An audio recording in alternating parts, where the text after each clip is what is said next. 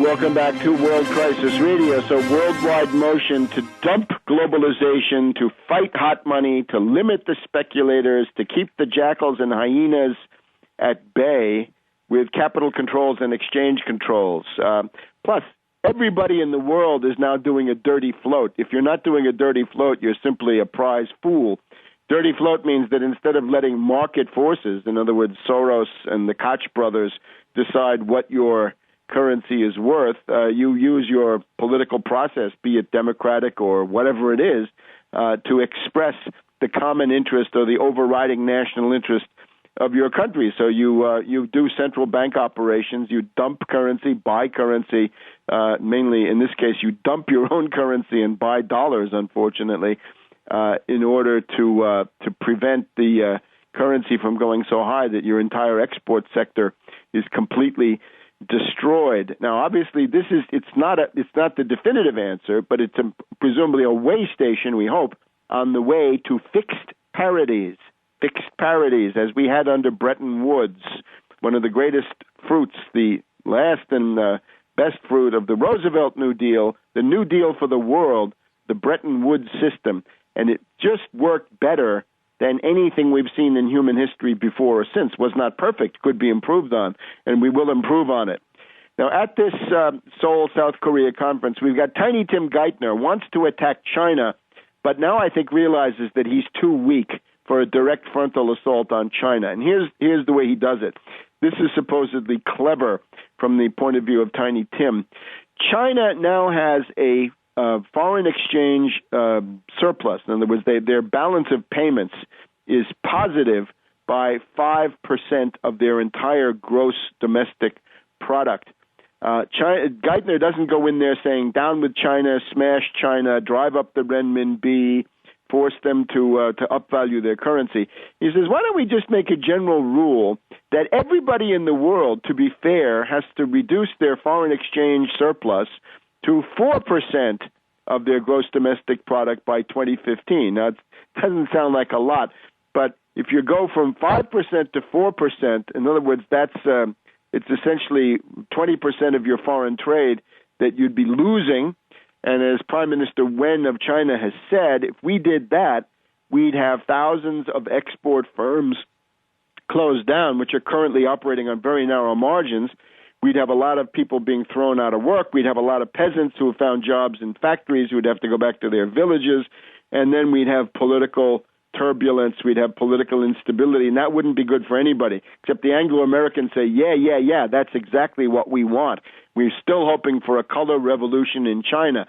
There is still this problem of authoritarianism and the way out of authoritarianism in China. That's a real problem. The only thing is, the answer is not provided by the Dalai Lama or Rabia Kadir and her World Uyghur Conference, or this guy, the Chinese dissident who just won the Nobel Peace Prize. These are essentially the harbingers of color revolutions or worse, or violent upheavals, which the Anglo-Americans would love, but they're not going to get it. Anyway, Geithner's gambit, instead of 5% surplus in terms of balance of payments compared to the GDP, it's only got to be 4%, but obviously it's targeted on China.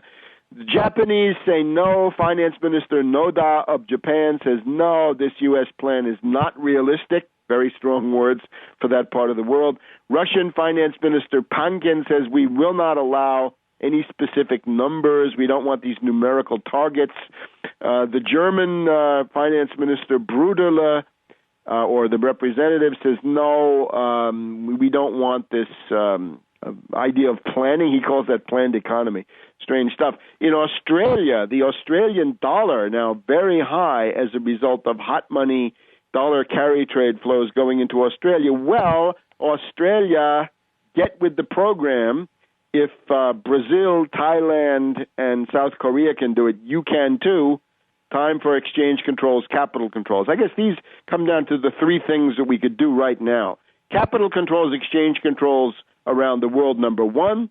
Try to start shutting down these speculators. The second thing is the Tobin tax, the Wall Street sales tax, securities transfer tax.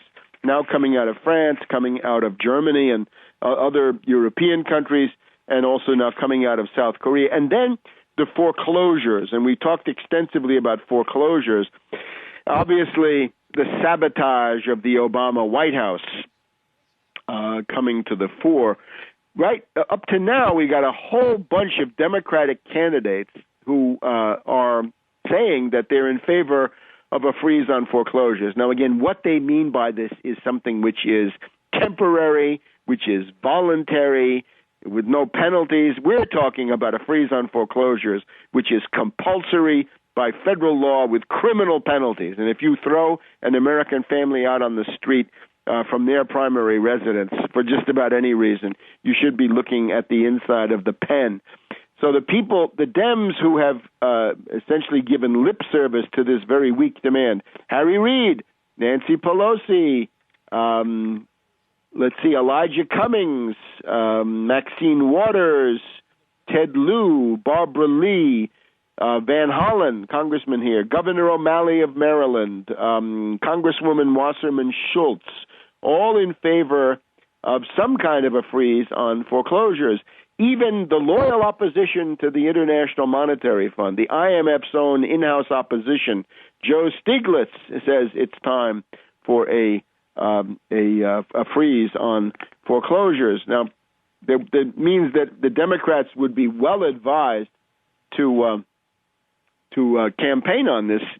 The problem is, of course, the Obama White House is sabotaging them at every turn. And even the reactionaries, you can hear reactionary commentators saying how good and responsible Obama is being. It's a mark of maturity and statesmanship that Obama is saying, no, we're not going to freeze foreclosures. We're not going to have any even jawboning from the White House that they should freeze foreclosures, which I think shows ultimately that Obama is incorrigible.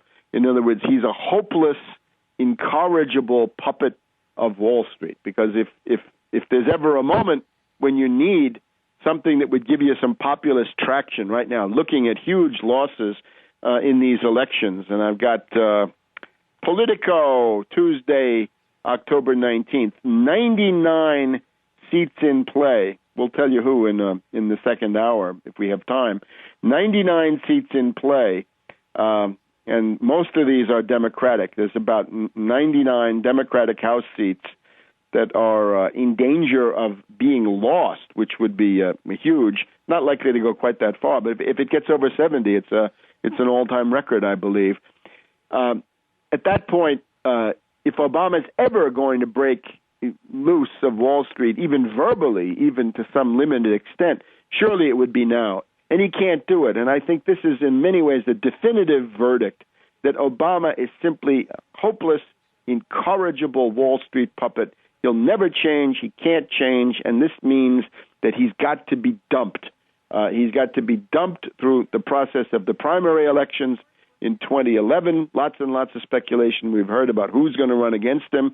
Even that Hillary, according to this Ulsterman, from the blog reports that we talked about last week, Ulsterman says Hillary will either be the presidential or vice presidential candidate for the Democratic Party. I don't think Hillary is the answer. She's not the answer. But as we saw in 1968, once you get one opposition candidate coming into the lists, then others may follow.